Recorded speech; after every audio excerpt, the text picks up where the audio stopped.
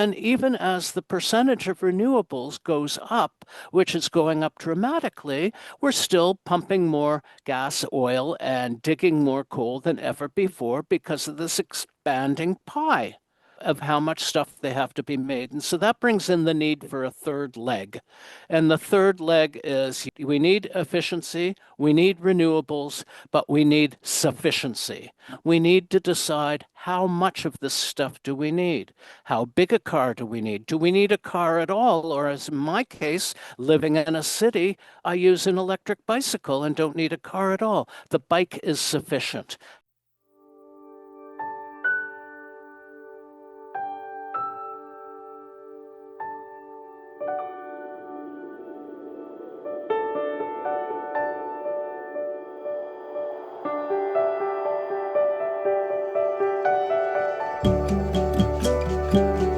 Hello, and welcome to the Climate Emergency Forum. Today we'll be talking about cities and the climate emergency. And I'm Herb Simmens. I'm the author of A Climate Vocabulary of the Future, a book that explores the language and concepts shaping our response to the climate crisis. What we're going to look at today is something we really haven't explored very much on this channel, and that is the role of buildings, cities, urban design, individual behavior, and creating a future that's compatible, if it's even possible, with the climate emergency there. And our guest we're delighted to have is Lloyd Alter, a distinguished architect, urban designer, and writer from Toronto, formerly the design editor at Tree Hugger, where he wrote an extraordinary, as I understand it, Lloyd, 14,000 articles. Yep. You seem to be as productive in writing as Paul Beckwith is on videos there. You've been a real estate developer and a tiny house developer, I understand, and you're the author of two very impactful books, The Story of Upfront Carbon, How a Life of Just Enough Offers a Way Out of the Climate Crisis, which examines the hidden carbon costs of our built environment, and Living the 1.5 Degree Lifestyle, Why Individual Climate Action Matters More Than Ever, which highlights the importance of personal choices in tackling the climate crisis. I'd also like to personally thank you for your term that you created of Goldilocks density, which I was proud to feature in my book. And with so many facets, the cities, buildings, and the design and the context of the climate emergency, we'll only be able to touch on a very few today, but I'm eager, and I'm sure you are, to dive into this critical discussion. So welcome, Lloyd, and I want to basically change what I was originally going to ask you. The reason I'm changing the first question is because when I woke up this morning, I saw on your Substack that I always look forward to reading, your article was titled, if I have this correct, In Defense of the Doomer David Suzuki. And even though I'm an American, I have heard of David Suzuki, and I understand he's probably the best known climate scientist and activist in your country.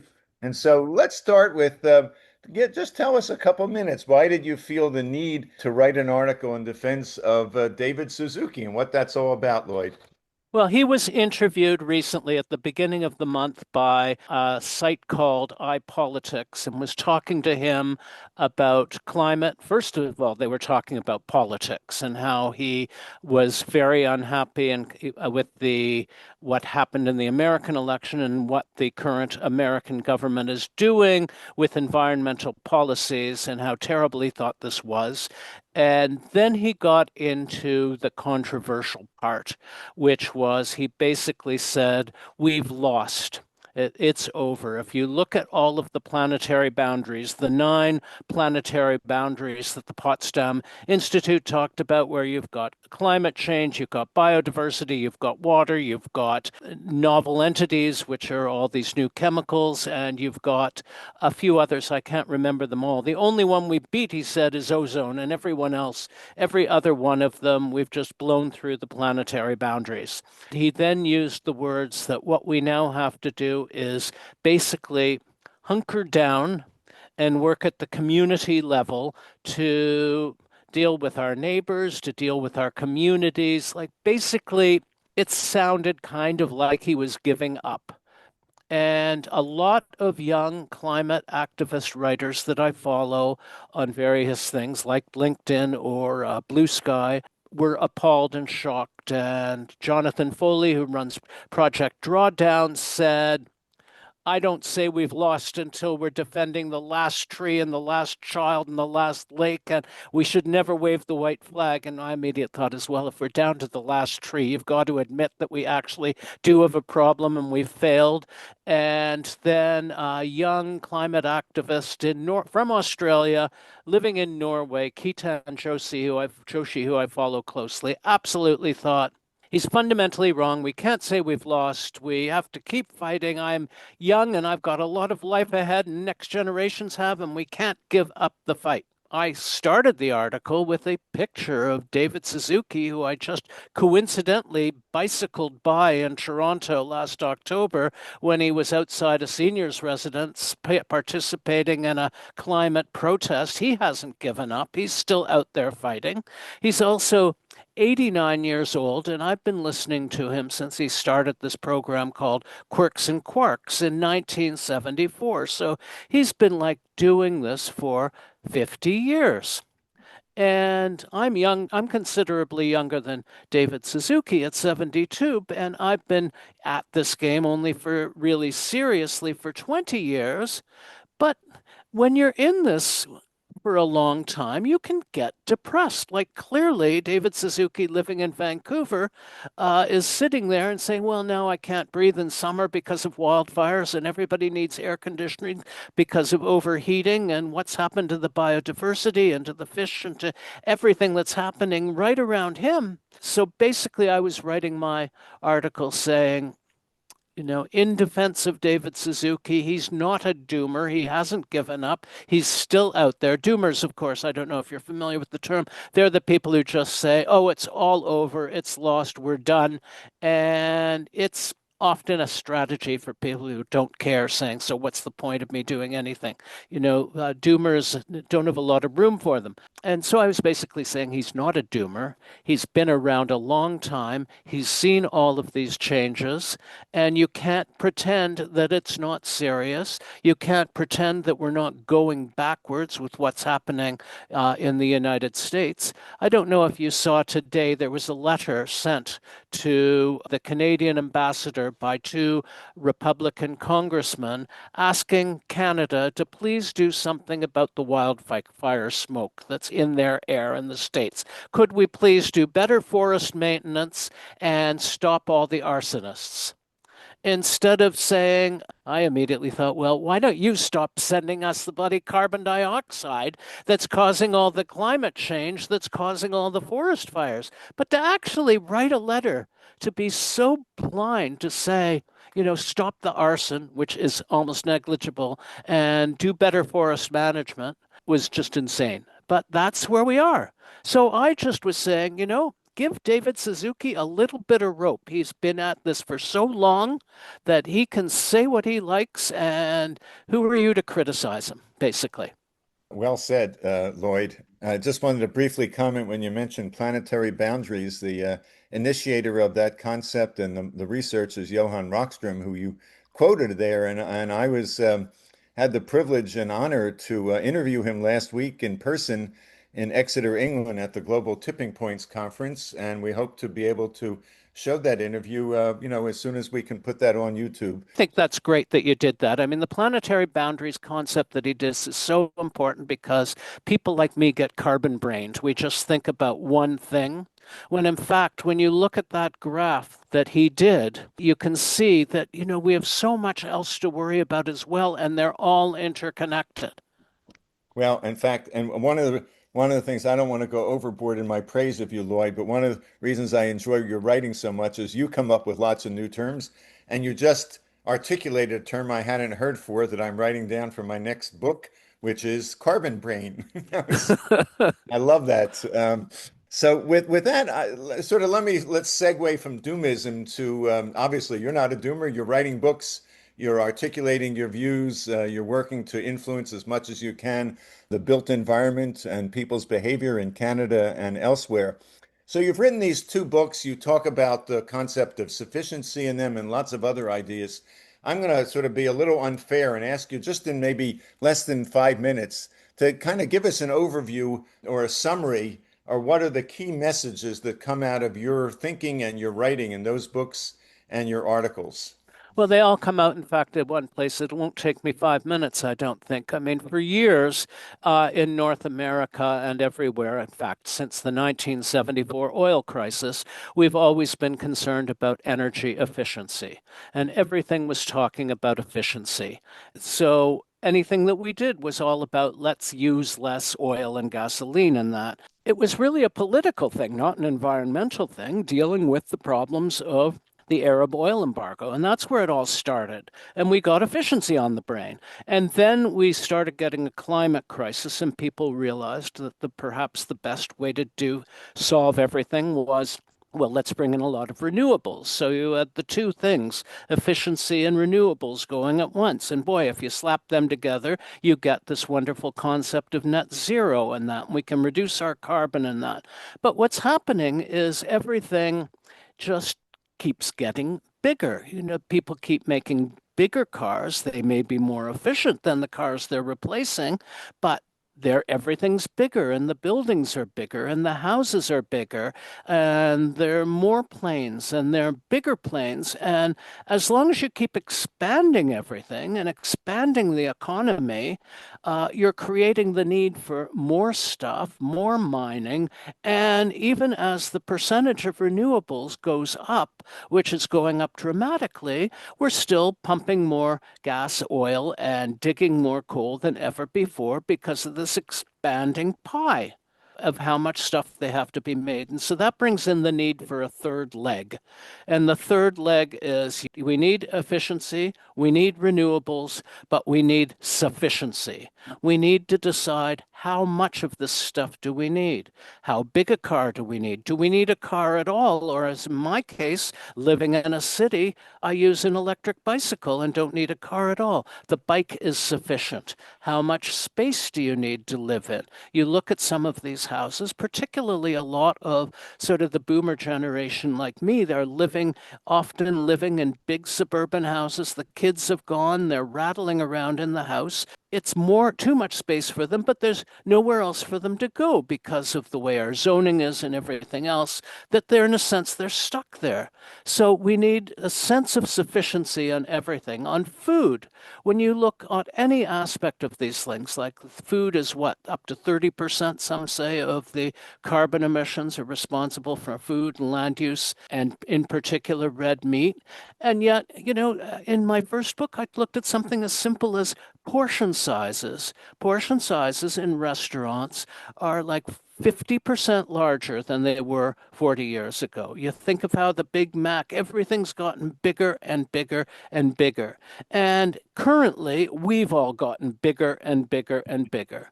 And the fridges have gotten bigger and bigger, and half of the food at the back goes rotten, which is why 40% of the food we grow is wasted. 20% of that, 40%, half of that wasted food is rotting in the back of the fridge. The whole point of sufficiency, looking at the world through the lens of sufficiency, is you ask, how much do you need? And, my book, The Story of Upfront Carbon, really started with the story of my iPhone. And this question about the iPhone is that, oh, yes, Apple is very good giving environmental information, and they published it that shows that that phone puts out in its life cycle 80 kilograms of carbon dioxide equivalents. Now, that phone weighs 600 grams. Imagine if you had to carry that 80 kilograms. That's like an anvil in each pocket. My Apple Watch is like an anvil on my wrist. That's the weight of the carbon that's given off by doing this. And so, how do you solve that? Well, you make your iPhone last longer. You don't replace it. You buy less stuff. And so, all of this studying, first from my first book, where I realized that it's the big things that are really killing us, the driving, the flying, the red meat. I was measuring every teaspoon of milk I put in my coffee cup, and I realized all of that was completely irrelevant. It's the big chunks. The second book, all about the story of upfront carbon, was about that we're not making our iPhones out of wood. We're not making our cars out of wood. We're making them out of materials that have to be dug up, that have huge footprints.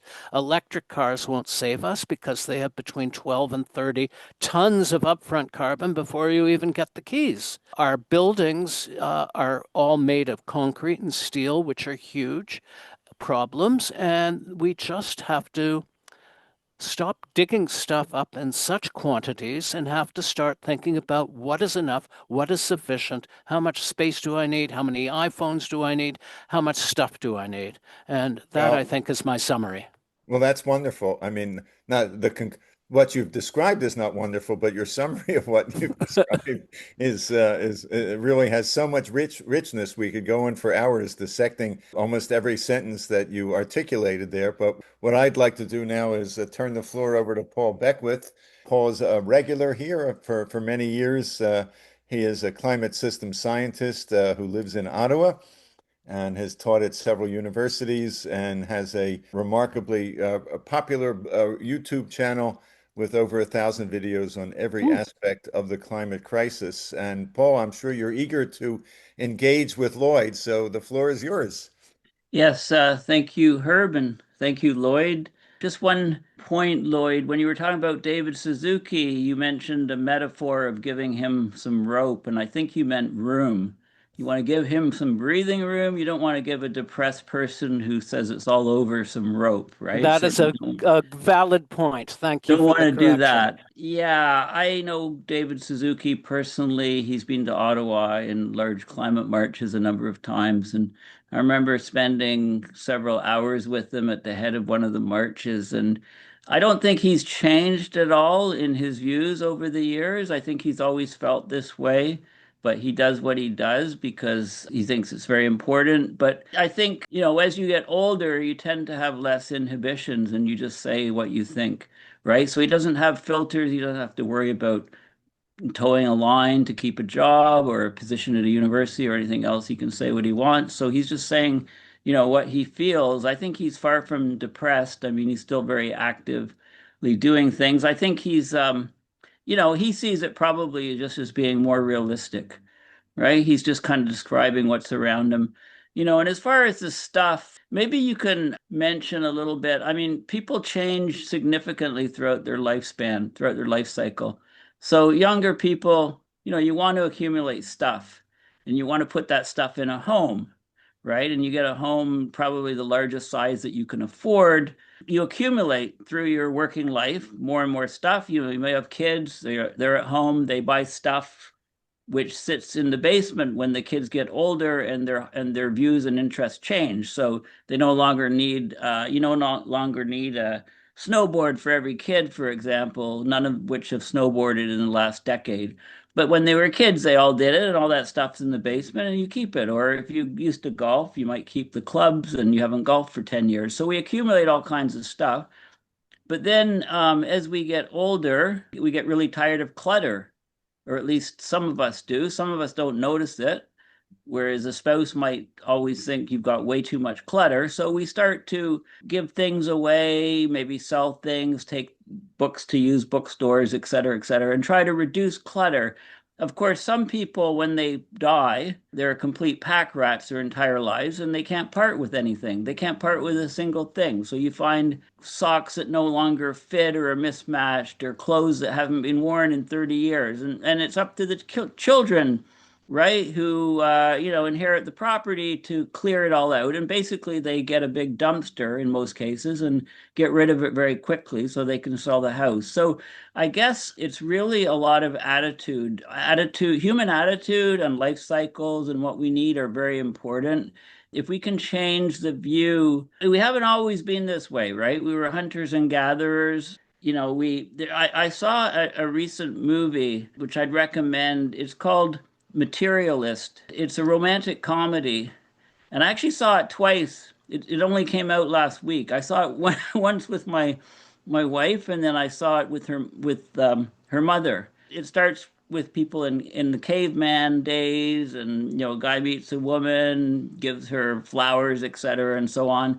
And then it's sort of the life cycle of history. And then now in today's day and age, how materialistic we are, and can we get back to basic values? So I think a lot of this comes to, the idea of less is more, the idea of only buying durable goods.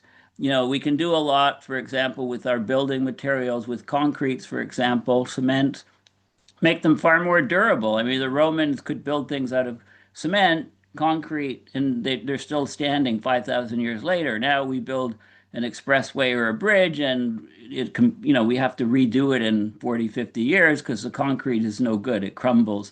So a lot of things to do with stuff. We can improve things with the durability and by changing our attitude. So maybe can you comment on some of those factors?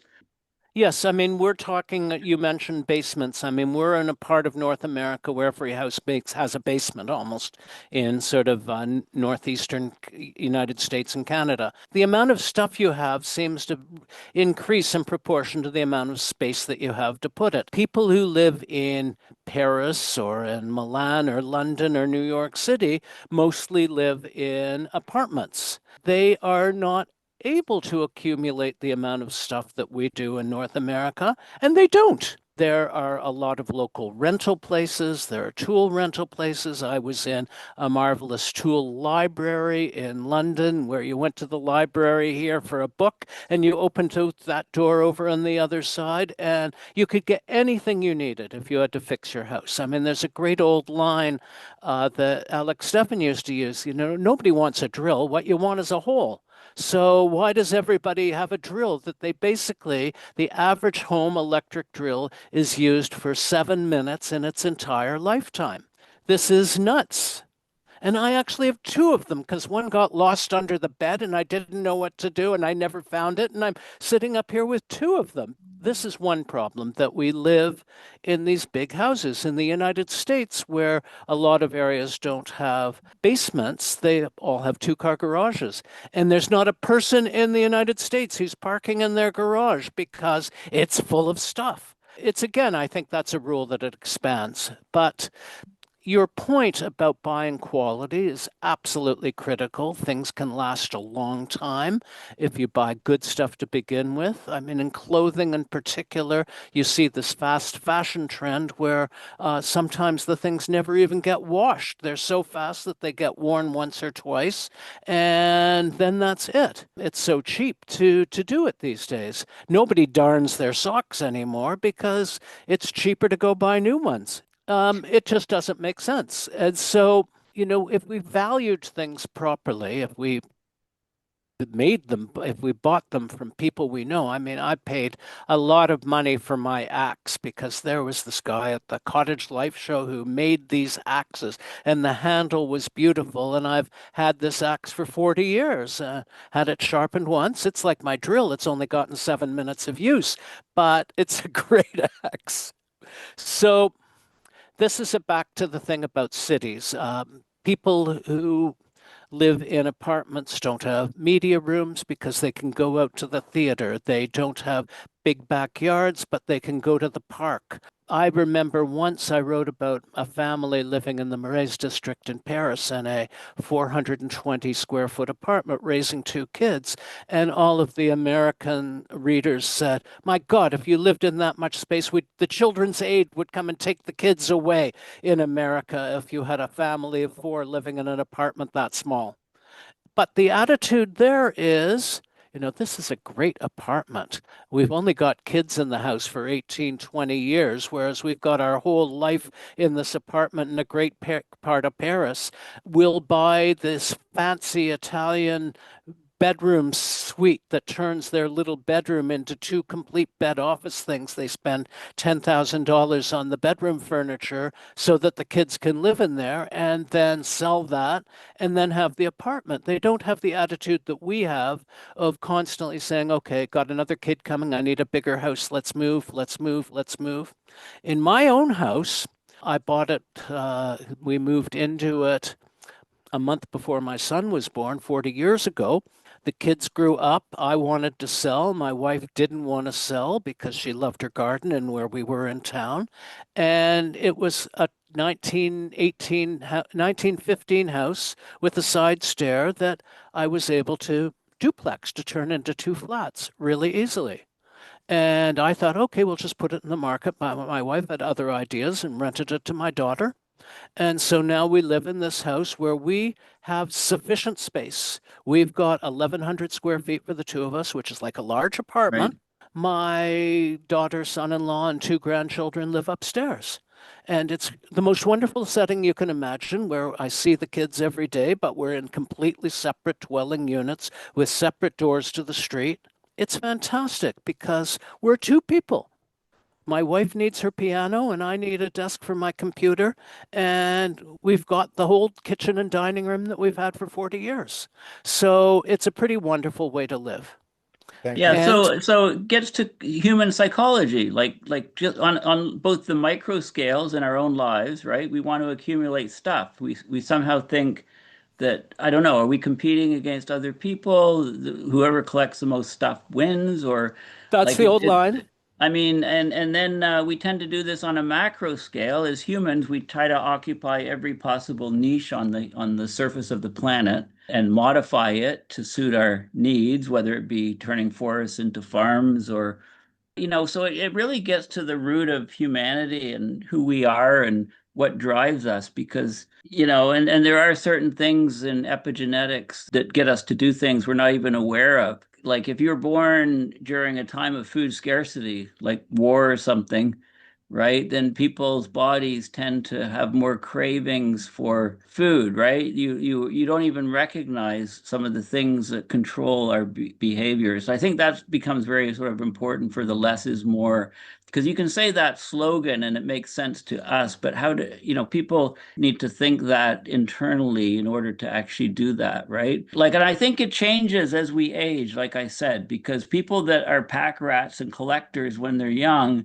have to accumulate more stuff. But you get a point where you've got so much stuff, you either get a bigger house, which a lot of people do, or the other alternative is to get rid of stuff because you don't want clutter. The stuff actually is an impediment to enjoying your life. And then you start getting rid of it, and then you find out you're free. Like, why did I have all this stuff my whole life, sort of thing. So, Okay. Paul, I'm going to stop you there so we have time for Peter. But before I turn it over to Peter, I just want to make a couple quick comments. And I think you've addressed this or hinted at this also, Lloyd. The role of public policy. My background is not just urban planning, but as a city administrator, and the role of regulations and rules and incentives in changing behavior. And one, plus maybe enlightened developers, and maybe you were previously a developer, Lloyd, but I mean, I live in where I'm speaking of from now. I'm living in a condominium that's called co-housing. And basically, just what you've described, it's in an urban area. It's literally across the street from Washington, D.C. And when I finish up here, I will definitely need to decompress and I will go up on the green roof, take the Right. elevator or walk 4 stories, have an unobstructed view of Rock Creek Park. And the other point I wanted to make, one of our features here that I think would have a dramatic impact on the sort of building footprints is that and even though we only have 50 units in this building, we have 3 units that are set aside for guests. They're guest bedrooms. Right. They're perfectly adequate. They're not luxurious, and they rent for the exorbitant fee of $20 a night. And so, if I was thinking of buying a two-bedroom unit, because even though I'm one person, I might want to have my kid come, or my brother-in-law, or my best friend to stay in the guest bedroom, I don't need that extra bedroom because they can live down the hallway. Good for them. They're 50 feet away. $20 a night we can afford, and the footprint shrinks. So I think we need to be thinking more and more about taking best practices. And now you've written a lot about this, Lloyd, and applying them in our building codes, our zoning, our incentives, our education for real estate developers, and so forth. And with that, and I know you might want to comment on that, but I want to introduce Peter, Dr. Peter Carter from the west coast of Canada in the Vancouver area, retired medical doctor, the founder of the Climate Emergency Institute, and a former reviewer for the IPCC. Peter, the floor is yours. I'm sure you've got some interesting comments and questions to direct to Lloyd. Hello, Lloyd. It's great to meet you. I've often wondered who Tree Hugger was, so it's really, really good to meet you. Yeah, I'm very interested. I didn't realize that you lived in a co-housing hub. Yeah, I think ecological co-housing is one of the brilliant progressive ideas, and so that's really, really good. I love your sufficiency basis, Lloyd. Yeah, that really is quite brilliant. I remember on the small side and not getting any bigger. I remember when everybody read Schumacher's Small is Beautiful when I Yes, was at university, and I me read it too. because everybody else had read it. I wasn't interested in that stuff at the particular time. I also recall many years ago, the Union of Concerned Scientists did a little book about the personal changes that you can make for, I don't know what they call it, sustainability or something. But you know what it boiled down to? Everything boiled down to what you're talking about. Keep it small. You don't have to be big. It was a really, really great book. And I don't think that census has kept on going very much. So I'm just going to say I looked into what was around, and there's a paper published, which is very good, I think, just published, Facilitating Climate Change Across Environmental Stages. It's real good. And then I looked at, of course, the Victoria Plan, which I hadn't looked at, City of Victoria. I was delighted to see they have a transition to 100% renewable energy as one of the goals. So that's great. And then I looked at the Vancouver Plan, which is much better, well known, and supposed to be sort of one of the best around. And I focused on their sustainable development comment of not compromising future generations to meet their own needs, their own sufficiency needs, I guess. Final point, when I go back to the paper that's just been written, that has to be legislated because the authors of the paper, they went around and talked to tons of experts, and everybody's got great ideas and wants to do good things, but basically they said nothing really is happening. And they proposed legislation, which I don't often hear about, but I'm a great supporter of. Okay, so those are my comments. Do you know anything about Vancouver, Victoria, that kind of stuff? It's interesting. I'm friends with a builder in Vancouver who is the pioneer of back lane housing. Vancouver had all kinds of back lanes, and they got all the rules changed so that you could build housing in back lanes as of right. And they've been doing this all over the place. And it's wonderful because it does intensification of neighborhoods. It provides new small dwelling units that people can live in without changing the historic fabric of the street. I mean, they're now just, and most of these, the original idea was that they would all be built and put in the market as rentals. That's what everybody thought would happen. What happened is that because of the rules that they all had to get like their own water pipes and sprinklers brought from the street, they all had to have these expensive fancy shapes so they don't overlook someone else. These units all got very expensive, and they're basically all being used, almost all of them intergenerationally. They're all saying, well, my kids will never be able to, I don't have $500,000 for a crappy little condo, but I can, where our garage is in the backyard, spend $500,000 on a tiny house, which is what they're doing. So it didn't work out quite as planned that this was going to create a huge outcrop of affordable rental housing, but it does let people stay in their neighborhood. It does let it become intergenerational.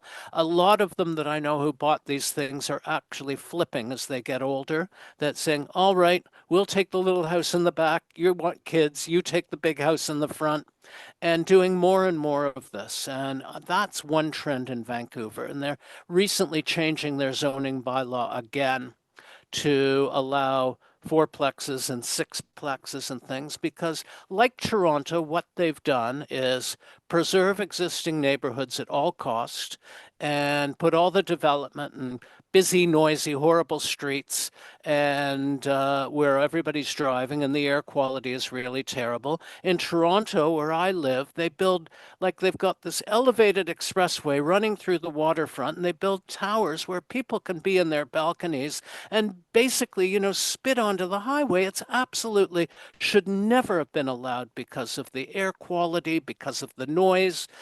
But everybody else was saying, no, you can't build in my neighborhood. So basically, the only place they could build were these places that are either toxic industrial lands or right by the highways. So this is what we fundamentally have to change in cities to get away from the sort of concrete towers in terrible areas, which have incredibly high carbon footprints per person, that are not quality living. You can't raise families, that cost a fortune to run, and that are falling apart. And we have to think more of, again, thanks for bringing it up, Herb, what I call the Goldilocks density, which is not so low that you can't support public transit, you can't have decent stores that you can walk to, but not so high that everybody's trapped in buildings with elevators and giant underground parking lots, and that's all made out of sort of concrete and glass and costs a fortune to operate. The government of Canada last year, CMHC, picked up on, they've since the end of the Second World War, CMHC, Canada Mortgage and Housing Corporation, for those who don't know, always produced plan books. They hired good architects to do books of plans of little houses, and whole neighborhoods, suburbs were built of them post-war. And last year, Carney and his advertisements took credit for it, but it was before Carney was around. They brought out new plan books of duplexes, quadruplexes, sixplexes, and accessory units. They're making deals with the cities that they can basically be approved right of pre-approved, considered examined and able to be built.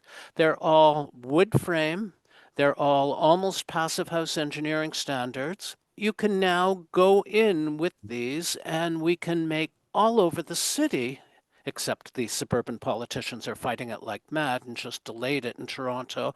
The idea was that you could take like a post-war big bungalow or side split in a 60-foot suburban lot, and you could put 6 houses. And they're wood framed. They don't add a huge carbon footprint. They're built to a good standard.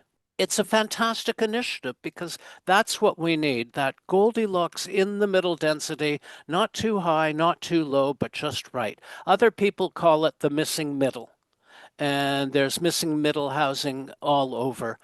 And this is really the way that we have to consider doing. I was just talking yesterday, I was in a meeting with people in Ottawa, and I was talking about a study I read that was done by NRCan, National Research Council of Canada, looking at different neighborhoods all over, 37 neighborhoods in 12 cities across Canada. And the one in Ottawa, they compared suburb of Ottawa, where people drive to work, to some post-war quadruplexes, 4-unit buildings. I think it's an area called Kirkwood. The amount of energy that went in, even though these buildings were single glazed windows and old, and that because the units were small, because they were multifamily sharing walls, because the people could often bicycle, or in Ottawa, you can skate to work, and do all of these things, that the energy consumed per capita was a quarter of what was in the suburban house where the guy with the car lives. You're a brilliant communicator, Lloyd. So may you live long and do it. I'm in Victoria. Victoria's undergoing the bad transformation. They're ruining the character. They're putting up these ugly high-rise boxes of steel and concrete. So thank you for mentioning steel and concrete and the huge preference of using wood. Unfortunately, when I go abroad, anywhere, it's steel and concrete. Well, If thank you you. go to Paris, it isn't. If you go to Paris now, they've actually had a law that every government building has to be at least 50% biogenic. I mean, wood, and they're pushing it for housing as well. And they're doing marvelous things with mass timber. They're building in Malmo, Sweden right now, a 12-story apartment building out of straw. Like even I think this is pushing the envelope. But Thank you. Okay, well, thanks for that.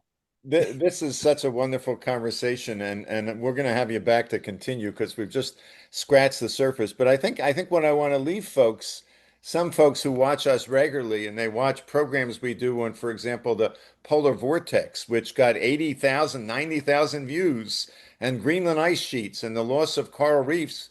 Think, well, what does this have to do with that? This is directly related to that because the reason we're losing coral reefs and the Greenland ice sheet and the polar vortex and 100 other topics we and other groups talk about all the time is because of how we live in our buildings and our lifestyle choices. And again, we've just had just a few minutes today to begin to explore some of the opportunities to make changes that will both enhance and improve people's lives and their communities at the same time helping to address the climate emergency. So I'm just thrilled that you're with us today, Lloyd.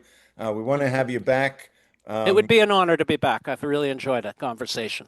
And let me say that if you like this program, please like it here and subscribe to our channel. Go to the climateemergencyforum.org. We'll probably ask you to write an article that we can put on our website, Lloyd, so that you can see that when you go to our website. And if you are so inclined, and we hope you will be, we hope you'll donate so that we can continue to bring you more programs like the one we did today. Tell your friends about this, leave your comments, leave your suggestions for future programs. And with that, thanks, Lloyd. Thanks, Peter. Thanks, Paul. And we'll see you next week. Thank you. Bye.